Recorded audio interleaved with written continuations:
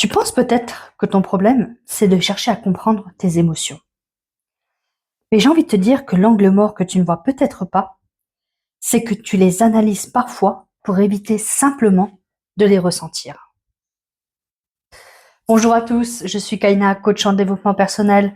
On se retrouve comme d'habitude sur ma chaîne Lean Soul pour un nouveau podcast. Et comme d'habitude, ici, on va parler de spiritualité et de développement personnel, le tout sans bullshit. Et aujourd'hui, j'aimerais te poser une question. Est-ce que tu ressens vraiment tes émotions ou est-ce que tu passes ton temps à essayer finalement de les comprendre?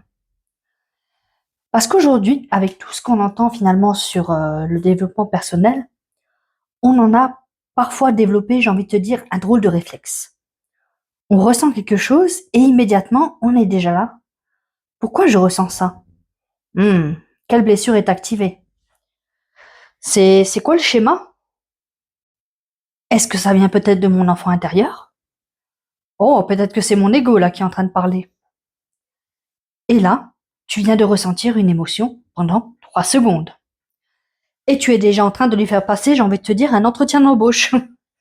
Bonjour Madame la Tristesse. Pouvez-vous m'indiquer votre présence aujourd'hui? Alors attention, comprendre ces émotions, c'est évidemment utile. Mais j'aimerais te proposer une autre réflexion. Et si parfois comprendre était devenu une manière de ne pas ressentir? Parce que finalement, il y a une différence entre observer une émotion et vouloir immédiatement trouver une explication pour ne plus avoir à la vivre. On va prendre la tristesse. Tu te sens triste. Et au lieu de simplement reconnaître, bah écoute, là, je suis triste. Ton cerveau, lui, il va dire, pourquoi? Est-ce que ça vient de mon enfance? Est-ce que peut-être que cette personne réactive ma peur de l'abandon ou alors une autre peur? Est-ce que c'est mon manque de confiance? Est-ce que finalement? Et pendant que tu cherches, j'ai envie de te dire la réponse, bah tu n'es même plus avec ton émotion. Tu es dans ta tête. Et parfois, tu peux passer énormément de temps à analyser ce que tu ressens sans jamais réellement t'autoriser à le ressentir. Parce que c'est vrai que ressentir, ça peut parfois être inconfortable. Et comprendre, bah, ça va te donner quelque part l'impression de reprendre le contrôle. Et ça, d'une certaine manière, ça peut être rassurant. Parce que tu vas dire quelque chose comme ah, j'ai compris pourquoi je suis triste. Ok, très bien. Mais est-ce que le fait de comprendre pourquoi tu es triste fait automatiquement disparaître ta tristesse? J'ai envie de te dire pas forcément. Parfois, tu sais exactement pourquoi tu souffres. Et tu souffres quand même. Et c'est en soi, c'est normal. Tu n'as pas forcément besoin de résoudre immédiatement ton émotion. Parfois, tu as simplement besoin de lui faire une place. Tu peux être triste sans avoir finalement besoin de transformer ta tristesse en un projet de dev perso. Tu peux être en colère sans devoir immédiatement déterminer alors quel traumatisme ancestral a décidé de venir prendre le thé aujourd'hui avec moi. Tu peux avoir peur sans devoir te demander dans les 5 minutes quelle croyance limitante se cache derrière cette peur. Peut-être que tu as simplement peur et tu en as le droit. Parce qu'une émotion n'est pas forcément un problème à régler, c'est une expérience à traverser. Et ça change beaucoup de choses.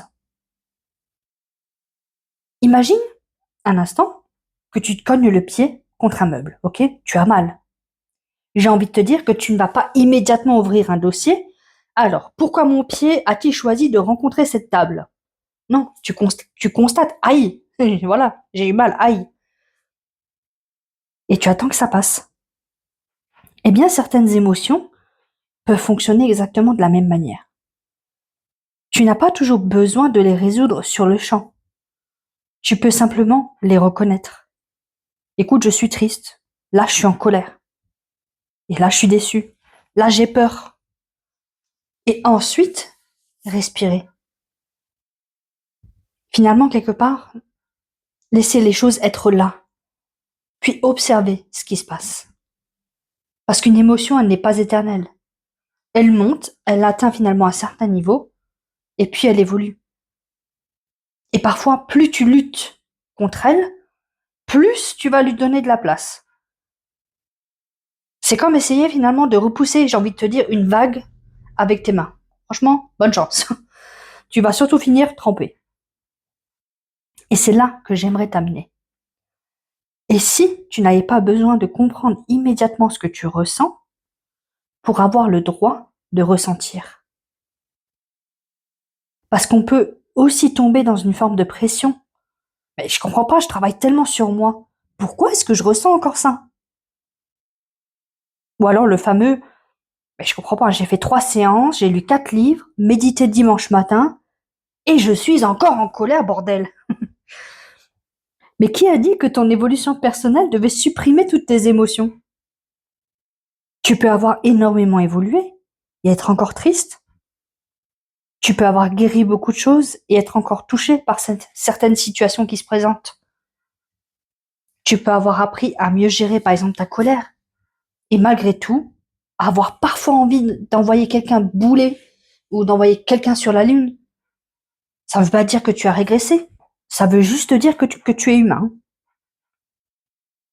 La question n'est peut-être pas comment faire pour ne plus ressentir ça, mais comment puis-je accueillir ce que je ressens sans laisser cette émotion décider de tout à ma place.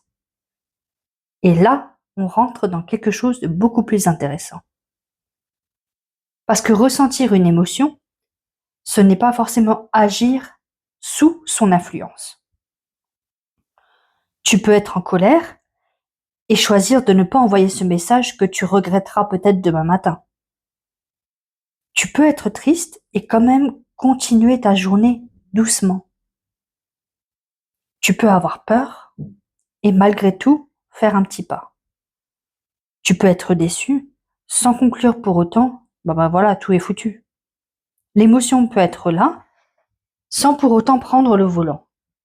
Et ça, quelque part, c'est une vraie forme de liberté. Alors j'aimerais que tu essayes quelque chose. La prochaine fois que tu ressens une émotion forte, avant de chercher immédiatement pourquoi, commence par qu'est-ce que je ressens? Puis, où est-ce que je le ressens dans mon corps? Ça peut être une boule dans la gorge, une tension dans le ventre, la poitrine serrée peut-être, des épaules qui sont contractées, tendues. Puis demande-toi, est-ce que j'ai besoin de comprendre maintenant ou est-ce que j'ai simplement besoin de laisser cette émotion exister? Tu verras peut-être quelque chose d'intéressant. Parfois, quand on arrête de lutter contre une émotion, elle devient beaucoup moins menaçante.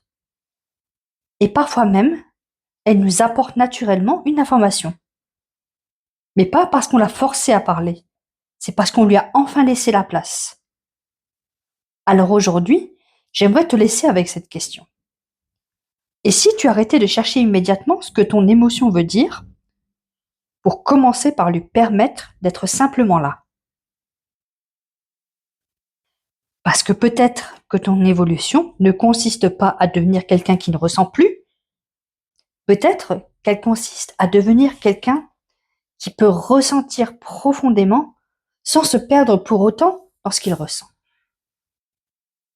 Si cette réflexion finalement t'a parlé, imagine ce qu'on pourrait mettre en lumière en séance. Parce que mon rôle n'est pas de te donner une étiquette pour chaque émotion ou chercher une explication à tout prix. C'est finalement de t'aider à comprendre tes mécanismes, à mieux écouter finalement ce qui se passe en toi et surtout à retrouver la capacité de choisir comment tu veux agir, même lorsque l'émotion est forte. Si tu sens que c'est le bon moment pour toi, je serai ravie de t'accompagner et tu trouveras mon lien en bio. Et rappelle-toi, tu n'as pas besoin de comprendre immédiatement tout ce que tu ressens pour avoir le droit de ressentir. Parfois, ton émotion, elle n'a pas besoin d'un interrogatoire, j'ai envie de te dire, elle a simplement besoin d'être accueillie. Si ce type de podcast te plaît, n'hésite pas à t'abonner à ma chaîne, à mettre un j'aime, un commentaire et en attendant, je te souhaite une excellente journée.